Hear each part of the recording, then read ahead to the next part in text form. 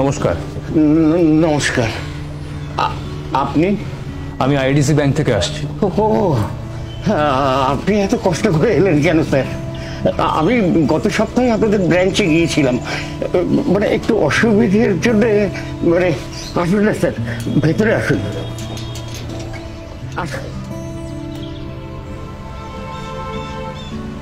একটু চা দেবো? চা? না, আমি চা খাই না, থ্যাংক ইউ।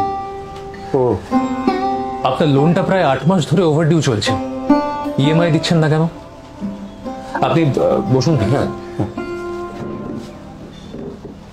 মানে আমি জানি এই কাজটা খুব খুব অন্যায়, তো এমন একটা সমস্যায় মানে আমি খুব শিগগিরই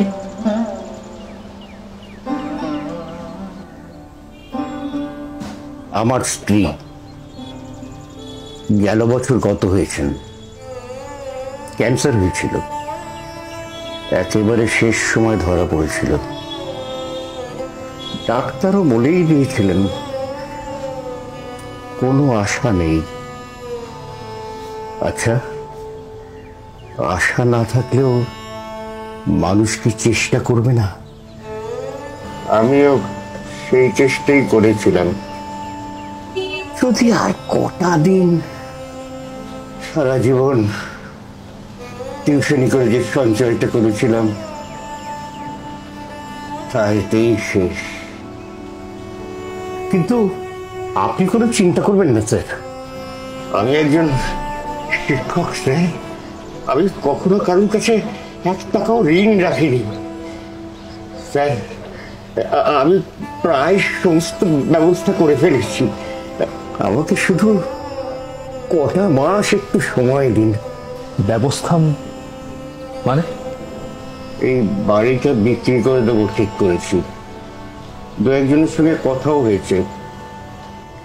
বাড়িটা বিক্রি হয়ে গেলেই আপনাদের সমস্ত দেনা আমি শোধ করে দেবো, আর কোনো ইএমআই এর ঝামেলা রাখবো না। মানে এই বাড়িটা আপনি বিক্রি করে দেবেন?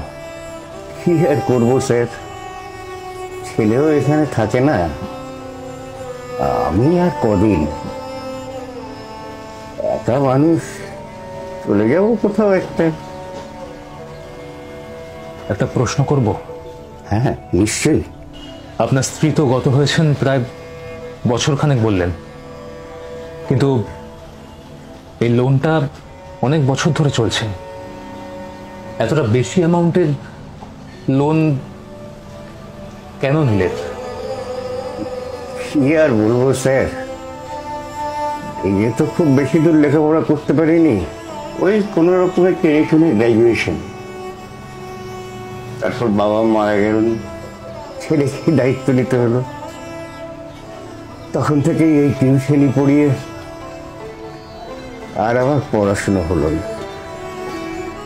কিন্তু ছেলের জন্য আমি কোনো অভাব রাখিনি, আমার সাধ্য মতো তার যখন যা দরকার সব দিয়েছি।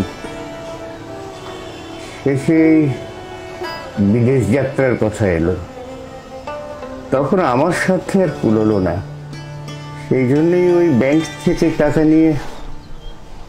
আসলে কি জানেন স্যার, আমার মনে হচ্ছিল আমি যেন বিদেশে গেছি পড়াশোনা করতে। সে ছেলে কি এখনো? সে আর এখানে ফিরবে না, বিদেশেই সেটেল করে গেছে। কি বা করবে এখানে এসে? কি আছে, কি আছে এই বাড়িতে?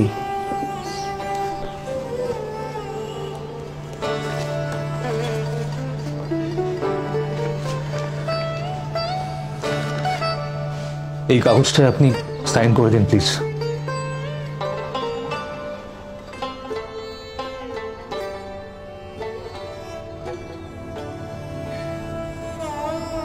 এতে কি আছে?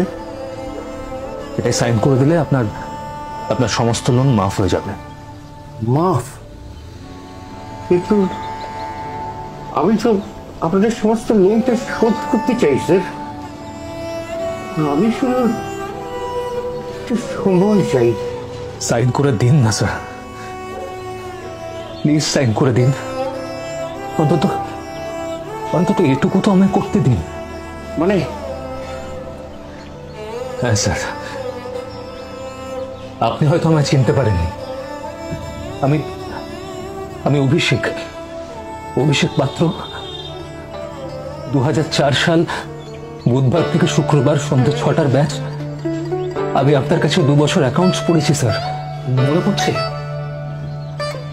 আপনাকে মাইনে দেওয়ার মতো সামর্থ্য আমার তখন ছিল না। যখন অন্য ছেলেমেয়েরা আপনার মাইনে দিত, তখন আমি ওইখানে বসে বইয়ের মধ্যে মুখ গুজে চুপ করে বসে থাকতাম। আপনি কিন্তু সবই জানতেন স্যার, সবটাই বুঝতেন। তবু একটা দিনের জন্য আপনি আমার কাছ থেকে মাইনে নেননি। আপনি পড়িয়ে গেছেন। আজকে আমি যতটুকু যেখানে যতটুকু আমি যা করতে পারছি সবই তো আপনার জন্য স্যার, শুধুমাত্র আপনার জন্য। সেদিন যদি আপনি আমার কাছে এভাবে না থাকতেন, তাহলে আমি আজকে এই জায়গায় আসতেই পারতাম না। শিক্ষকের ঋণ কখনো শোধ করা যায় না, এটা তো আপনি একদিন বলেছিলেন আমায়। স্যার, অন্তত এটুকু তো করতে দিন আমায়। আপনি এই কাগজটাতে সাইন করে দিন।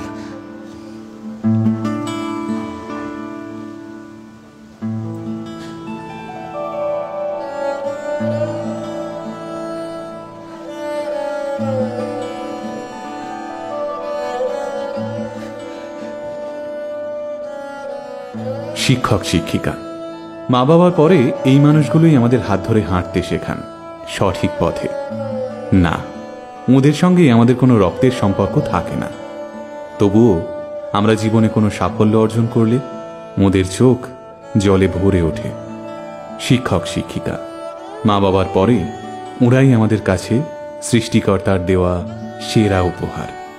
আল্টিমেট মিডিয়ার তরফ থেকে পৃথিবীর সমস্ত শিক্ষক শিক্ষিকাকে আমরা জানাই শুভ শিক্ষক দিবস।